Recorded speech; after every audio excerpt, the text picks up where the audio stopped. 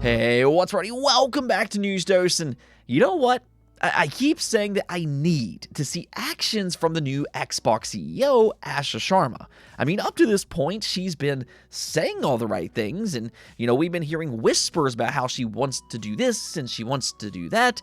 It actually sounds really good on paper, but I need to see actions and not just words. And well, we got that today because she made a real change that I think fans are going to be incredibly happy about. And the fact that this is happening so early on in her Xbox career is a very good sign for more to come. So stick around and we're going to get into all of that, plus a surprise announcement from Nintendo. First, though, I do want to thank my supporters on Patreon and on YouTube memberships. Thank you just so much for what you do, and you will receive this video through early access. Let's go and get right into things, though, starting off with Yooka Replaylee. In my opinion, this is one of the more underrated 3D platformers. I don't necessarily believe that it reaches the same height as its spiritual predecessor, Banjo-Kazooie, but I do think that Yooka-Laylee is a good 3D platformer, and it's why I was really excited about its revamped release from last year. Unfortunately, though, the Switch 2 version was a little bit underbaked at launch. Nintendo's decision to hold back Switch 2 dev kits from developers did impact certain studios, including Playtonic, and because of that, it was only 30 FPS when it first launched. However, Playtonic has officially fixed that issue. They just made the announcement that it is now 60 FPS, which will bring it much more in line with some of the other versions. And I mean, this is a game that really fits perfectly for the Switch 2. Banjo-Kazooie was born on Nintendo, and here we have Yooka Replaylee on Nintendo hardware, and it now performs the way that it should. It is interesting to me, though, just how much effort they've been pouring into this game. It does kind of make me believe that maybe this is going to lead up to an eventual 3D sequel, but hey, I guess we'll see. Oh, and Forza Horizon 6 is right around the corner. It will be out next month on May 19th, and that also includes some new merchandise, which you can see here. Xbox just announced this new controller and a new headset, both of which I think are very creative, and I do like their design. Now that, of course, will be subjective, but it makes a lot of sense for them to do these accessories because I do believe that Forza Horizon 6 will be their most successful game of 2026 outside of maybe Call of Duty. I mean, the Forza Horizon series really has taken that next step, and it just has a massive fan base by this point. So a new controller and a headset just makes a lot of sense to really ramp up the hype for some of the more hardcore Forza Horizon fans. But that's the thing. These accessories will come at a premium price. The controller is listed at $90, while the headset is $135. So yeah, the price of everything, as we know, is a premium anymore, but like I said, if you're a big Forza Horizon fan, then maybe go check them out. They're already up for pre-order on the Microsoft Store. Now, speaking of controllers, the Steam controller seems to be on hot pursuit because it was recently discovered that Valve has secretly uploaded a Steam controller unboxing video, albeit it's currently unwatchable. So, in other words, they're currently updating some stuff on the back end, which seemingly indicates a more official announcement could potentially be on the horizon. And this is a controller that I'm personally very excited for because I am one of those weird people that still likes the original Steam controller to this day. I mean, it's not necessarily a perfect controller, but it's unique and it's really good for certain types of games. I used to play top-down RPGs and point-and-click style of games with it because its trackpads, in my opinion, feel good for those types of games. However, admittedly, it also has some flaws, like it only having one analog stick as one such example. And that's the thing, because Valve has listened and they're fixing things just like that issue. So I'm very curious to see how this controller turns out when it eventually releases and, whether or not I like it as much as I used to like the old design. Of course, though, the fact that the controller is now appearing on the back end, that also has some people speculating as to whether or not a Steam Machine announcement could also be on the horizon. Now, I'm not necessarily convinced of that just yet, but, I mean, if anything else, it sounds like we're not going to have to wait all that much longer to find out.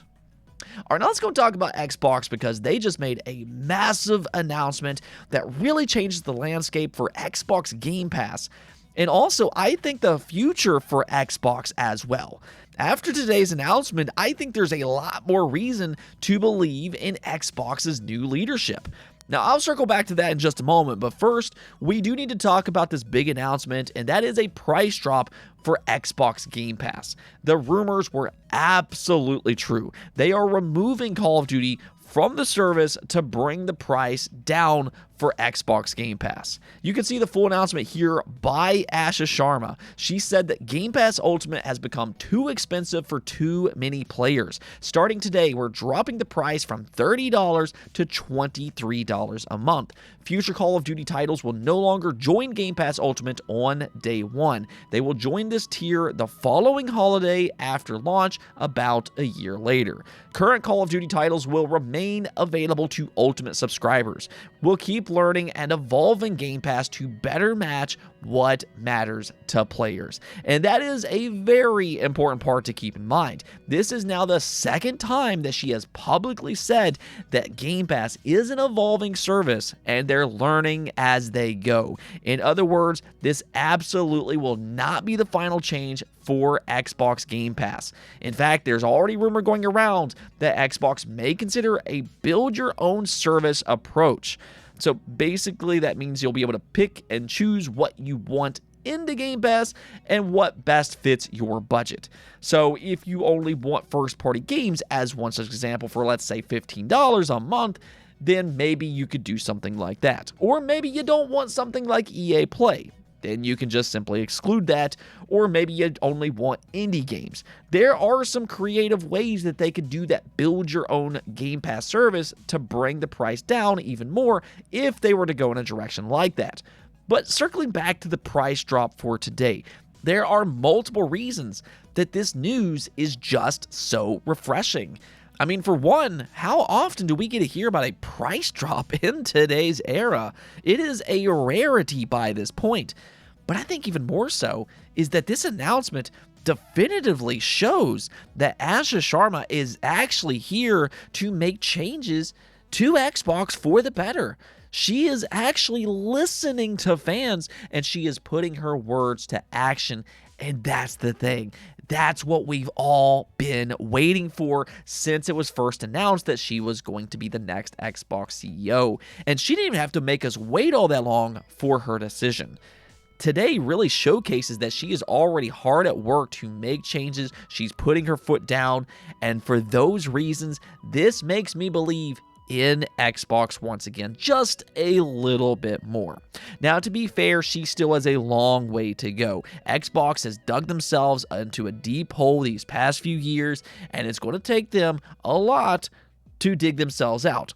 But now is the perfect time to get back on the right path again because they still have time to generate excitement for their next Xbox console. So this at least gives me hope that she can position the brand in a better place before Project Helix launches. I mean, really, she just has to keep listening to the core Xbox fan base. Now, I still think that they need exclusives, and I think it's that decision that's truly going to speak to fans and, kind of make them decide on if they want that next Xbox console or not. However, this is still a great start, so let me know what you all think about this. Do you like the decision to remove Call of Duty or not? Now, one more thing before we go, though, because Nintendo just dropped a random trailer for Splatoon Raiders. I mean, they first teased this game, I want to say last year, and then it just vanished off the face of the earth, or at least until today. I guess Nintendo doesn't do early year Nintendo Directs anymore. They're just going to drop these random trailers from time to time, but what I'll say is that if you're a Splatoon fan, then you're probably going to enjoy this trailer. It puts a big focus on single-player and cooperative gameplay, so, it's not going to be another competitive shooter, but it is set in an open world where you seek out treasure. Here's the big surprise, though. It will launch on July 23rd for $50 if you buy it digitally, or $60 if you buy it physically. So, I mean, Nintendo was actually telling the truth after all. There was a lot of back and forth on whether or not Yoshi's Mysterious Book raised its physical price or if they lowered the digital price. But I think this kind of answers that question. Splatoon Raiders for just $50, that tells me that they actually are making the digital games cheaper instead of making the physical copies more expensive. I mean, this is Nintendo after all, and Splatoon is a very popular franchise for them. So to see a new entry for only $50, I think is a bit of a surprise to say the least. Let me know what you all think about this though. Do you like what you're seeing from Splatoon Raiders? Personally, for me, I'm not necessarily a huge Splatoon fan, but again, I know it has a sizable fan base, so let me hear your thoughts about it in the comments below. Anyways, though, that's going to be it for this episode, but until next time, make sure to subscribe, ring that bell, and peace out.